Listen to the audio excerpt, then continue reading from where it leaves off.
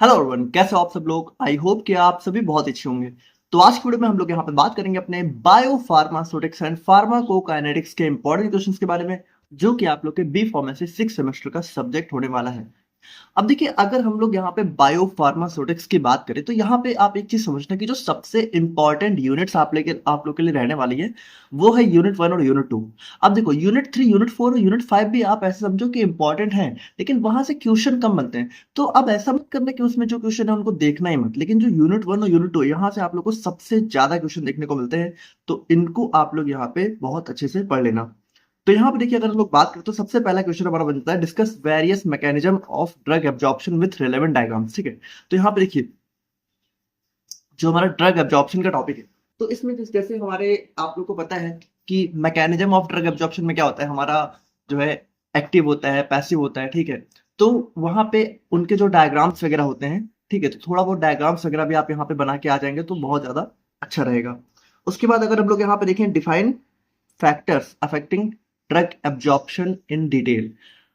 अब यहाँ पे देखिए, जो भी फैक्टर्स हैं, सिंपल सी बात है कि जो भी ड्रग एब्जॉर्प्शन। अब यहाँ पे एक चीज समझना कि हो सकता है पहला क्वेश्चन आप लोगों से जो है पहले और दूसरे को मिला के भी पूछ सकते हैं लॉन्ग में, और हो सकता है कि दोनों को शॉर्ट में 7 नंबर में या फिर 5 नंबर में पूछ सकते हैं। ठीक है, उसके बाद यहाँ पे थर्ड क्वेश्चन हमारा बन जाता है काइनेटिक्स ऑफ प्रोटीन बाइंडिंग। तो प्रोटीन बाइंडिंग की काइनेटिक्स हमने डिस्कस करी हुई है, ठीक है, तो उसके बारे में भी क्वेश्चन आ जाता है। और जो हमारा significance of protein drug binding है, तो मेनली दो ही चैप्टर्स हैं हमारे यूनिट 1 में, और दोनों से ही क्वेश्चन हमें देखने को मिल जाते हैं।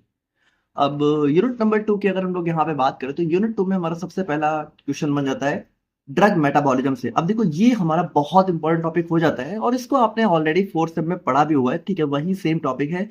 तो यहाँ पे देखिए, यूनिट 1 को जो है दो तरीके से पूछ सकते हैं, मतलब सॉरी, क्वेश्चन 1 को दो तरीके से पूछ सकते हैं। या तो आप लोगों से ऐसे पूछ सकते हैं कि what do you mean by drug metabolism, explain factors affecting renal excretion. ठीक है, कि अगर रीनल रूट से हमारा एक्सक्रीशन हो रहा है ड्रग का, तो कौन कौन से फैक्टर्स अफेक्ट करते हैं। या तो इसी क्वेश्चन को आप लोगों से बायो ट्रांसफॉर्मेशन रिएक्शन के नाम से पूछ सकते हैं।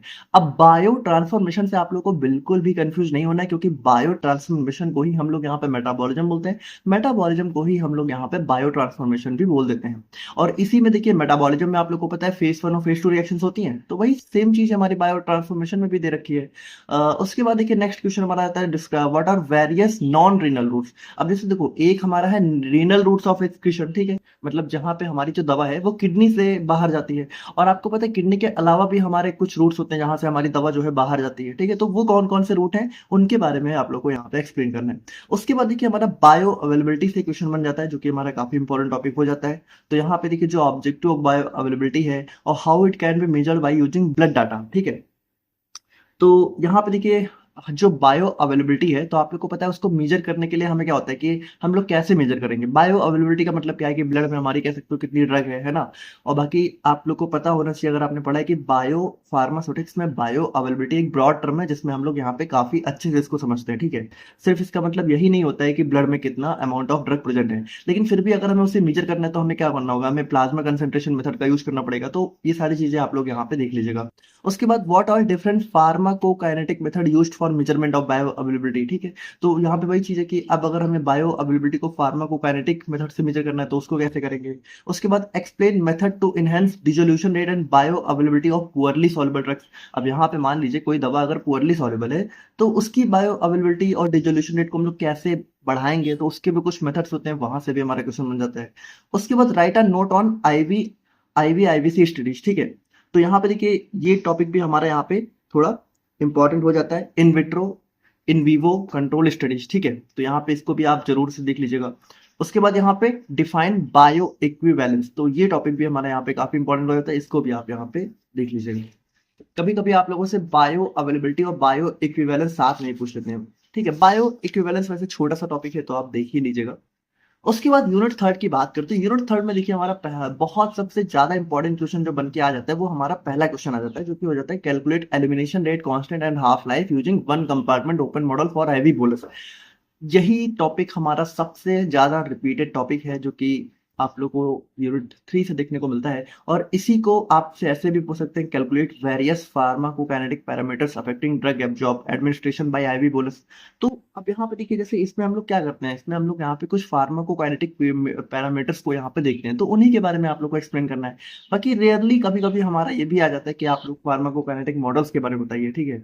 और यहाँ पे जो है कंपार्टमेंट और फिजियोलॉजिकल मॉडल्स में क्या डिफरेंस होता है, तो दोनों को एक्सप्लेन करना, तो ये भी कभी कभी बन जाता है। बाकी ज्यादातर तो हमारा पहला क्वेश्चन ही देखने को मिलता है।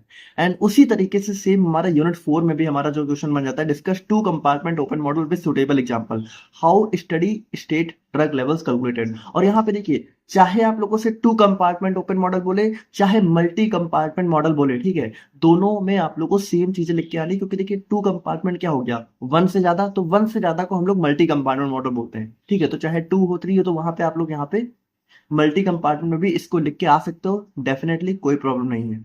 उसके बाद यहाँ पे define loading and maintenance loads, तो इसको भी आप यहाँ पे थोड़ा सा देख लीजिएगा। एंड यूनिट 5 में हमारे दो क्वेश्चन बन जाते हैं, दोनों ही इंपॉर्टेंट है। पहला हो जाता है नॉन लीनियर काइनेटिक्स, ठीक है, जो कि हमें थोड़ा सा डिटेल में एक्सप्लेन करना है, और नॉन लीनियरिटी के क्या क्या कॉजेज होते हैं, मतलब किस वजह से हमें नॉन लीनियर काइनेटिक्स देखने को मिलती है।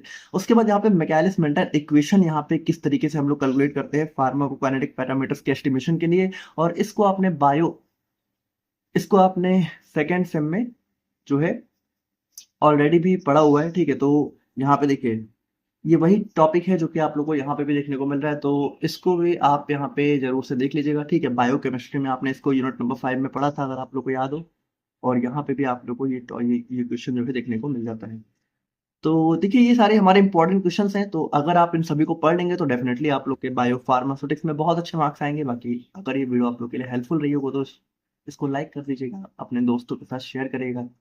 हमारी भी थोड़ी इससे हेल्प होती है, अगर आप लाइक करते हैं तो वीडियो दूसरे लोगों तक पहुंचती है। तो बाकी मिलते हैं नेक्स्ट सब्जेक्ट के इंपॉर्टेंट क्वेश्चन के साथ, तब तक के लिए थैंक यू सो मच।